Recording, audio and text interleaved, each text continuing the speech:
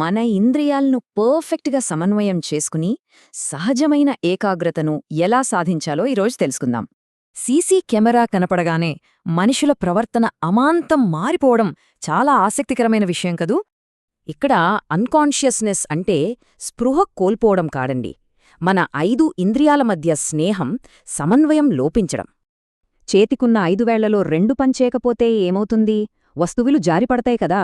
ఇంద్రియాల మధ్య సంబంధం లేకపోయినా అంతే. సరిగ్గా రుచి తెలియని షెఫ్ఫు కూరలో ఉప్పు ఎక్కువ వేసి అదే కరెక్టు అనుకున్నట్లు ఉంటుందన్నమాట. అసలు ఈ సమన్వయ లోపాన్ని మరింత క్లియర్గా అర్థం చేసుకోవడానికి మనిషి ఆలోచనా స్థితిని 3 రకాలుగా విభజించొచ్చు. మొదటిది తాగుబోతు స్థితి. ఇందులో ఇంద్రియాల మధ్య కనెక్షన్ పూర్తిగా కట్టయిపోతుంది. Zero coordination.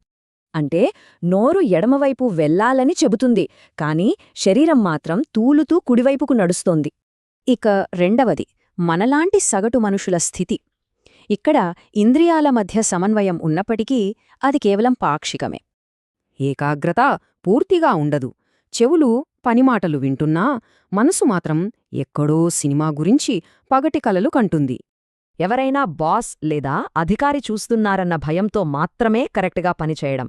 దీనినే మనం ఎన్ఫోర్స్డ్ సిన్సియారిటీ అంటాం. ఒకవేళ సీసీ కెమెరాలు లేవని తెలిస్తే, ఎవరూ చూడనప్పుడు కూడా మనం అంతే నిజాయితీగా ఉండగలమా? ఆలోచించాల్సిన విషయమే.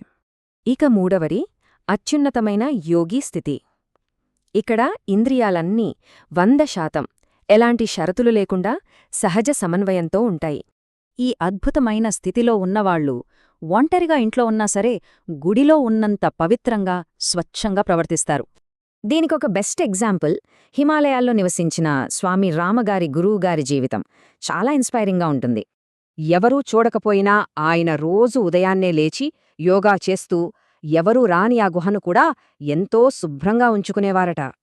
అంటే వేరేవాళ్లు చూస్తున్నారని కాకుండా మనకోసం మనం పూర్తి శ్రద్ధతో, బాధ్యతతో పనిచేయడమే అసలైన నిజాయితీ. మన అంతర్గత, బాహ్య ఇంద్రియాలన్నింటినీ ఒకే చోట చేర్చి అద్భుతమైన సహజ సామరస్యంతో ఉంచడమే నిజమైన సమగ్రత. ఇది అచ్చం ఒక స్పోర్ట్స్ టీం, ఎలాంటి పొరపాట్లు లేకుండా కలిసికట్టుగా ఆడి గెలవడం లాంటిదన్నమాట. మరి మన రోజువారీ జీవితంలో మన 5 ఇంద్రియాలు నిజంగానే స్నేహితుల్లా కలిసి పనిచేస్తున్నాయా? ఒక్కసారి ఆలోచించుకుందాం.